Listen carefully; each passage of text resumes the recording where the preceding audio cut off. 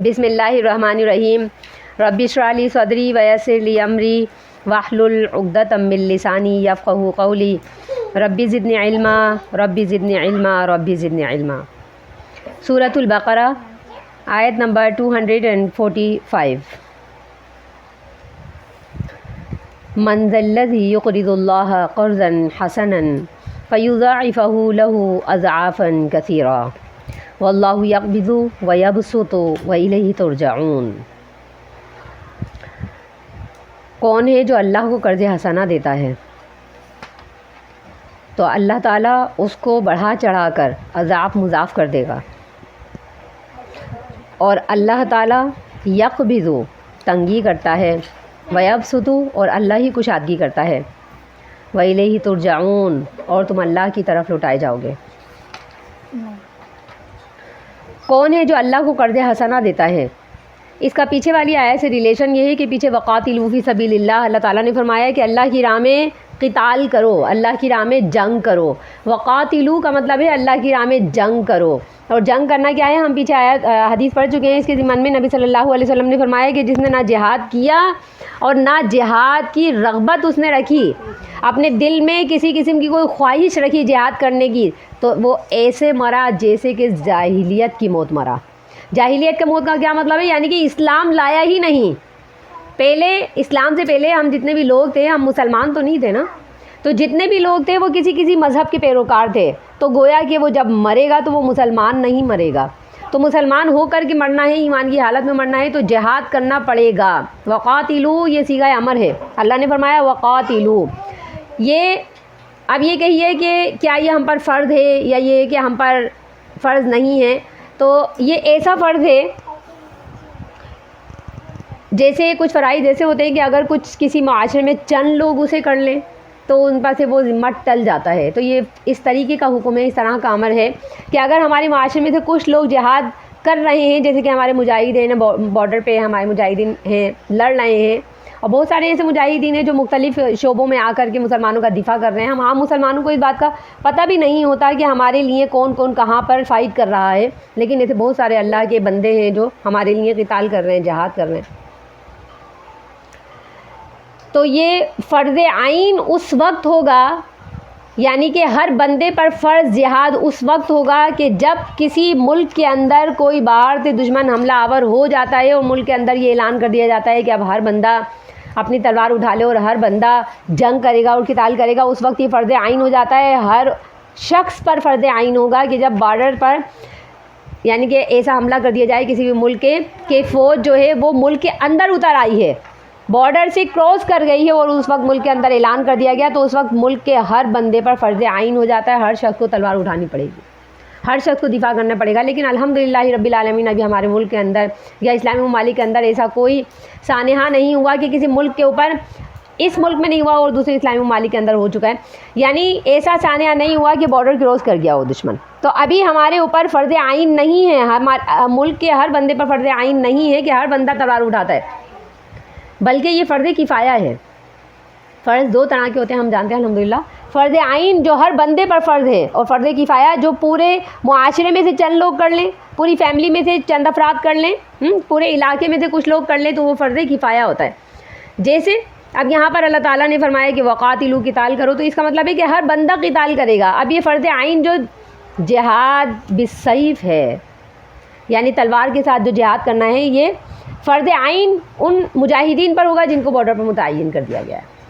یہ ان لوگوں پر فرض ہے کہ وہ اپنا یہ فریضہ انجام دیتے رہیں، بارڈر پر جنگ لڑتے رہیں اور مسلمانوں کا دفاع کرتے رہیں، لیکن عام شہریوں کے لیے فرض عین نہیں ہے۔ ان کے لیے فرض کون سا فرض ہے؟ وہ جہاد کی دوسری قسمیں ہیں، جیسے جہاد بالمال ہے، جہاد بالنفس ہے۔ یہ جہاد ایسے ہیں کہ جن کو ہر شخص اپنے اوپر لاگو کرے کہ اسے یہ جہاد کرنا ہے، اپنے نفس کو برائیوں سے روکنا ہے، لوگوں کو امر بالمعروف نہی عن المنکر کرنا ہے، اور برائیوں کو اس طرح روکنا ہے، اگر وہ ہاتھ سے روک سکے تو ہاتھ سے روکے، اور اگر دل سے روک سکتا ہے، خود اپنے نفس کو اس سے بچا سکتا ہے، تو یہ بھی جہاد کی ایک قسم ہے۔ نبی صلی اللہ علیہ وسلم نے فرمایا ایمان کا سب سے کمتر درجہ کیا ہے؟ کہ برائی کو اپنے دل کے اندر برا جانے اور اپنے آپ کو اس سے روک کر کے بڑھیا ہے، تو یہ ایمان کا سب سے کمتر درجہ ہے، لیکن یہ بھی جہاد ہے۔ وہ جہاد بن نفس ہے، یعنی اپنے نفس کے اندر سے جہاد کرنا. تو جہاد اگر ہم کہیں کہ یہ فرض ہے اور آج بھی فرض ہے اور ہم پر بھی فرض ہے، تو اس طرح فرض ہے کہ وہ جہاد کی دوسری اقسام، دوسری قسموں میں ہم پر فرض ہو جاتا ہے. تو اللہ تعالیٰ فرماتے ہیں وقاتلوا فی سبیل اللہ، اللہ کی راہ میں قتال کرو، اللہ کی راہ میں لڑو. اپنے آپ سے لڑنا پڑے، اپنے آپ کو شیطان سے دور کرنا پڑے، اپنے نفس کی بھلائی کے لیے شیطان سے جنگ کرنی پڑے تو شیطان سے جنگ کرو. دوسرے اپنے بہن بھائیوں کو اگر شیطان کی راہ سے روکنا ہے، شیطانی وسوسوں سے روکنا ہے، شیطانی حرکات و سکنات سے روکنا ہے، تو انہیں بھی روکو، تبلیغ کرو، امر بالمعروف اور نہی عن المنکر کرو. تو فرمایا کہ کسی بھی طریقے سے جہاد میں اگر حصہ ڈالنا یعنی کہ ڈال سکتے ہو جہاں تک حد المقدرت، تو فرمایا وقاتلوا فی سبیل اللہ، اللہ کی راہ میں قتال کرتے رہو، مسلمان رہو اور مسلمان ہو کر ہی مرو. تو آگے فرمایا کہ من ذا الذی یقرض اللہ قرضا حسنا. اچھا، اس آیت کے آخر میں اللہ تعالیٰ کی جو صفاتی نام ہے، اس میں اللہ تعالیٰ فرماتے ہیں ان اللہ سمیع علیم، قتال کرو اللہ کی راہ میں اور یہ بات جان لو کہ ان اللہ سمیع علیم، بے شک اللہ تعالیٰ سننے والا اور جان والا. اللہ کے ہر صفاتی نام کا اس آیت کے اندر ایک ریلیشن ہوتا ہے، میں نے آپ کو بتایا. تو ادھر کیا ریلیشن ہے سمیع علیم کا؟ جہاد کا سمیع علیم سے کیا ریلیشن ہے؟ اللہ کی صفات کا جہاد سے کیا تعلق ہے؟ یہاں اللہ سننے والا ہے اور جاننے والا بھی. جہاد کی جو دوسری اقسام ہیں، یعنی امر بالمعروف اور نہی عن المنکر، یہ انسان بول کر کے کرتا ہے. کسی مسلمان بھائی کو اپنے تبلیغ کر رہا ہے، اپنے کسی بھائی کو اچھی بات بتا رہا ہے، خیر و بھلائی کی کوئی رغبت دلا رہا ہے، تو وہ بات انسان بول کر کرتا ہے. اللہ تعالیٰ فرماتے ہیں کہ اگر تم بول کر کے کوئی جہاد کرو گے تو ایسا نہیں کرنا، یہ نہیں سمجھنا کہ اللہ تعالیٰ اس جہاد کو جاننے والا سننے والا نہیں ہے. صرف اللہ تعالیٰ تلواروں کی گونج کو سنتا ہے، گھوڑوں کی ٹاپ کو سنتا ہے، میدان جنگ کے اندر نہیں. اللہ نے کہا جہاد کی اس قسم کو بھی سنتا ہے اللہ تعالیٰ، جو تم بات بولتے ہو، اپنے مسلمان بھائی سے کوئی خیر کی بات بولتے ہو، اسے تبلیغ کرتے ہو، اسے کوئی بات سمجھاتے ہو، کسی برائی سے روکتے ہو، یہ بھی ایک جہاد ہے. تو فرمایا جہاد کی اس قسم سے بھی اللہ بے خبر نہیں ہے، سمیع، اللہ اس جہاد کی قسم کو بھی سننے والا ہے. اور علیم، اللہ جاننے والا ہے کہ تم کس نیت سے اپنے بھائی کو یہ تبلیغ کر رہے ہو. کہیں تم اپنی بڑائی کے لیے تو یہ بات نہیں کہہ رہے، کہیں تم لوگوں میں مشہور ہونے کے لیے تو یہ تبلیغ کرنے نہیں بیٹھ گئے ہو کہ تمہیں مقصود ہی نہیں ہے کہ لوگوں کی خیر و بھلائی، لیکن تم یہ چاہتے ہو کہ میرا نام بلند ہو جائے، لوگوں میں مشہور ہو جاؤں. تو اللہ تعالیٰ فرماتے ہیں تمہاری نیت کو بھی اللہ جانتا ہے. نیک نیتی کے ساتھ تم تبلیغ کرو، اپنے بھائی کی خیر و بھلائی کے لیے تم تبلیغ کرو اور جہاد کرو. اللہ فرماتے ہیں سمیع علیم، اللہ تعالیٰ اس وقت سننے والے اور جاننے والے. من ذا الذی یقرض اللہ قرضا حسنا، اس کے بعد اللہ تعالیٰ نے ایک قرض حسنہ کے بارے میں فرمایا. تو اس کا ریلیشن یہ ہے کہ جہاد بالسیف بھی ہے اور جہاد بالمال بھی ہے. تو جہاد بالمال یعنی بالسیف جو ہے، جو لوگ تلواروں کے ذریعے سے جہاد کرتے ہیں، اللہ تعالیٰ اس کو بھی جانتا ہے. اور پھر اللہ تعالیٰ نے فرمایا جو جہاد بالمال کرتے ہیں، تو جہاد بالمال کو ترغیب دینے کے لیے اللہ تعالیٰ نے فرمایا کہ کون ہے جو اللہ تعالیٰ کو قرض حسنہ دے. قرض حسنہ کا مطلب کیا ہے؟ قرض کیا صرف مال ہی دیا جاتا ہے؟ نہیں جی، قرض صرف مال ہی نہیں دیا جاتا. کوئی بھی نیک عمل اللہ تعالیٰ اسے بطور قرض اپنے پاس رکھ لیتا ہے.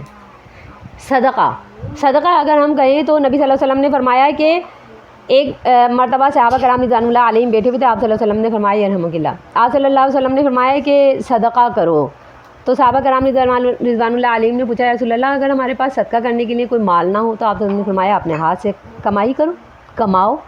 اگر تمہارے پاس اتنی انکم نہیں ہے، اتنا مال نہیں ہے تو کماؤ اور کما کے پیسہ حاصل کرو اور پھر اس کے لیے اس کو اللہ کی راہ میں صدقہ کرو. انہوں نے کہا کہ یا رسول اللہ اگر کوئی کما نہ سکے تو آپ صلی اللہ علیہ وسلم نے فرمایا پھر کسی ہنر مند کا ساتھ دو، کسی ہنر مند کی مدد کرو کہ وہ کام کر رہا ہے تو اس کا ساتھ دو. اور اس کے ساتھ دینے کا مطلب یہ ہے کہ تم بھی وہی نیکی کر رہے ہو جو وہ نیکی کر رہا ہے. اگر کسی کو کسی پیسے کی ضرورت ہے تو پیسہ لگا دو اس کے اوپر. اگر تمہاری مدد کی ضرورت ہے ہاتھ سے، تم اسے ہنر سکھا سکتے ہو تو ہنر سکھا دو، اور اگر اس کی ہیلپ کر سکتے ہو تو اس کی ہیلپ کر دو. تو اس طریقے سے بھی صدقہ کیا جاتا ہے. اور ایک حدیث میں نبی صلی اللہ علیہ وسلم نے فرمایا کہ اپنے مسلمان بھائی کو مسکرا کر دیکھنا بھی صدقہ ہے. یعنی صدقہ صرف یہی نہیں ہے کہ آپ مال دے رہے ہیں، کسی کے لیے اس کی ہیلپ کرنا، کسی کے ساتھ ہاتھ بٹا دینا، اس کا یہ بھی صدقہ ہے.